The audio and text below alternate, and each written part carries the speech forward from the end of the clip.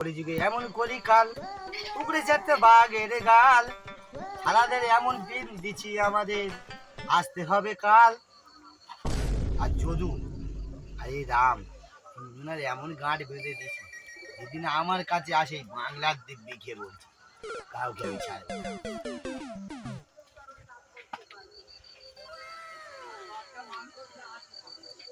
কিরে ভাই এ তোর কি অবস্থা? আর বলি না মধু ভাই, উফ, বাবা সেই ভাই কাজ করতে গেছি ভাই, বিল্ডিং ভেঙে সব গায়ের উপরে পড়েছে। হ্যাঁ হ্যাঁ ভাই, খুব টেনশনে আছি।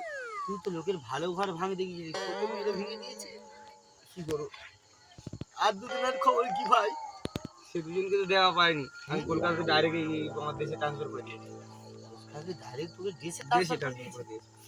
তুই কি করবি ভাবলি? তোর তো বউ তো যে কল হয়েছে চলে যাওয়ার কল, তোর হাত ভেঙেছি পা ভেঙেছি সব ভেঙে গেছে একদম, হ্যাঁ সব ভেঙেছি। ওই দুজনকার কিন্তু আমি কাটি মেরে দিয়েছি। হ্যাঁ হ্যাঁ রে ভাই হ্যাঁ ওদের সেই ইয়ের বাড়িতে ভোট চাইতে গেছিল গোপালের বাড়িতে হুম। গিয়ে আমি তো কাটি করে দিয়ে চলে এসেছি। গোপাল বউ ধান ভোগ দিল আর গিয়ে ভোট চেয়েছি। আমি কি করেছি আমি কি? ওদের যে রান্নাঘর পার করা ছিল হ্যাঁ এই রান্নাঘরটা আমি বলেছি ওর ভাই জিততে দিয়েছি।